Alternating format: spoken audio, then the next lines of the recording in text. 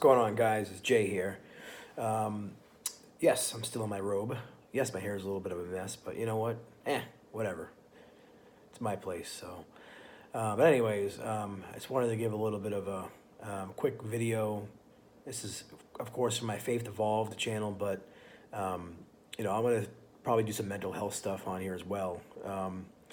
It won't be the main uh, product of what I'm selling, but it'll be touched upon because it's all related. It's all mental health, and the lack thereof is, I think, equally proportionate to your spiritual health. And sometimes I feel like almost like a fraud coming on here and telling things, but at the same time, it's my journey, and everybody has their journey. Everybody has their low points and high points, and I've been recently escaping from or crawling through, on my hands and knees of broken glass, a dark night of the soul.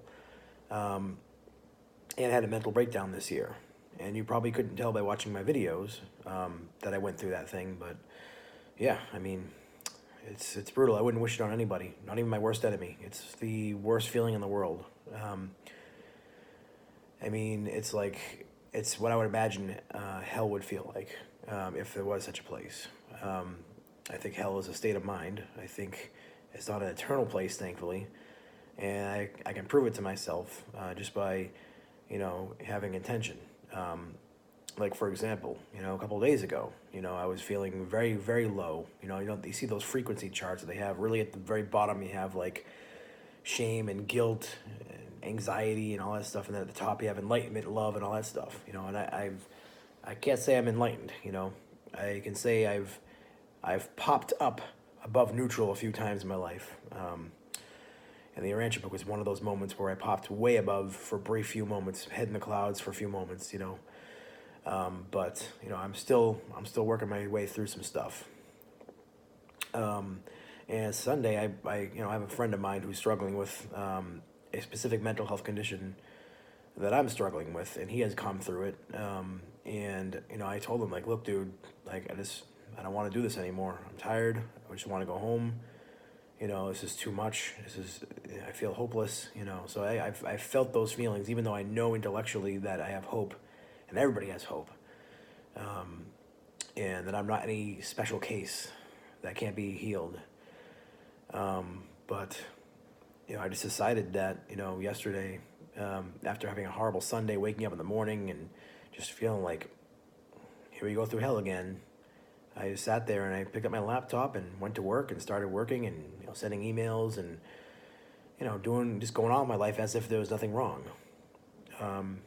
Even though I felt like my world was falling apart, and like magic, within a few hours, somehow I felt like my head could pop above the clouds again for a second. Now, does it mean I'm healed? No. Does it mean that I still have a lot to go through? But it just reminds me that even when I'm feeling at my lowest, and part of the condition is when you're in that space, you can't see how you're gonna get out of it. You just can't see or feel how you're gonna get out of it. It's an overwhelming, crushing feeling of this is it. This is your life. You're never gonna have peace. Everything, good things that happened before, that's in the past. And you can't even remember the good feeling of that. So it's almost as if it was a joke. Almost as if it was like a tease. And you feel that while you're in it, and it feels so real, The shadow feels so real. But I just decided, I'm just going to go on despite it, because what else am I going to do? Roll over and die? Just roll over and quit? Well, that I decided that I'm going to make a choice and I'm going to keep going, And I've had to do that multiple times, And you have no proof. There's absolutely zero proof in the moment that you start doing it that it's going to get better. Your body doesn't give you any sign that it's going to get better. The only thing you have is your mind at that point, and your will to survive and continue. And that is your best friend at that moment. Anybody out there struggling with anxiety, depression, OCD, PTSD, whatever mental health condition you're struggling with, I've felt it all, been there, done that.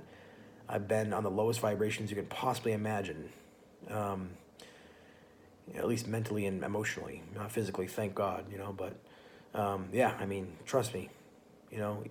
All I can tell you is, for someone there's people who struggle with anxiety and depression Then there's people who really struggle with deep down existential anxiety, existential depression, where you feel like there's nothing worth living for, where you feel like your whole world is crashing down and nothing means anything to you, nothing makes you happy. That's real depression. That's real anxiety. That's what I'm talking about. And if you're feeling that right now, you know what? Just go on despite it. And it's gonna sound like complete bogus BS crap to you right now, but it works almost every single time. Even when it quote doesn't work, this too shall pass. And every single time that I've felt that way, and you feel like right at the moment, that it's hopeless and it's never gonna get better. It always gets better. The hard part is when you feel better, not trying desperately to hold on to it, or having the thought that it's gonna be the rug's gonna get pulled out from underneath you. That's the next step. I haven't figured that one out yet, but you know what? Whenever you feel better, thank God for those moments and enjoy those moments while they last. Know that you're probably gonna fall back down again, but be happy. It's like a cup half full type mentality, and I think the next secret is enjoying the moments and not deluding yourself to think you're never gonna have hellish moments again. And that makes the good moments last longer. I guess. I mean, and then you can build upon that.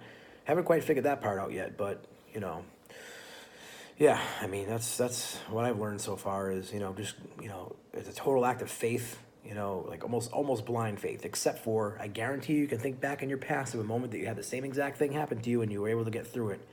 And that's what keeps me going, honestly, is, knowing that I've had this happen before, and I remember feeling better, even though I don't know how it happened.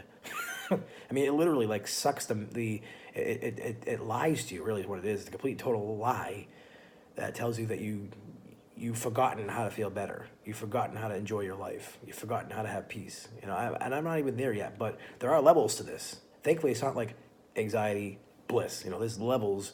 And it's like it's like the stock market. This is probably gonna be reversed. So let me do it from over here. It starts, here, goes up a little bit down, up a little bit down, up a little bit, maybe big dip, but the end result is it's gonna end up higher in the end, because that's what you really want in the end. And telling yourself you deserve it is a good place to start, even if you don't feel it. Because it's the same thing as picking yourself up and going despite how you feel. I mean, when people say it, it sounds like a cliche thing, but when you're in the moment, man, do you have to practice that. Holy crap, is that like and you're going to feel like, this is not fair, God. Like, how can you let someone go through this kind of pain? This is so deep. This is so, like just way so low on the spectrum of what any being should ever have to do, should ever have to experience.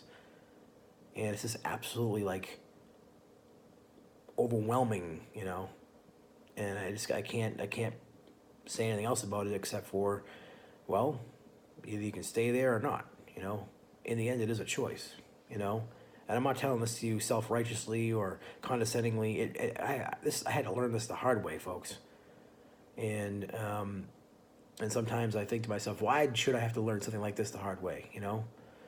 I mean, it just is what it is. I'm sure there'll be an answer for it someday, maybe on the other side. But that's the trick. That's the trick. It's just like pick up. It's like even if you don't feel like doing it, just do it anyway. How people say the actions come first and the feelings. I mean, that's in this case, it works almost like a magic bullet. And you just have to kind of have like almost like a loving yourself / despite the mental illness at the same time, kind of like strength, stamina about it. There's going to be moments where you just can't do it and you're going to lay down and cry. Or you're going to lay in bed and you're not going to want to get up or you're not going to want to do anything. There will be times where it will seemingly win. But even then, it still passes. Doesn't last forever. Look at your past posts on Facebook when, and I'm going to post this video to the Christian anxiety and depression forum if they let me. But, look at your past history. Have you always like 24/7 been, suicidally depressed or something, or like, full of panic and anxiety? No, you haven't been.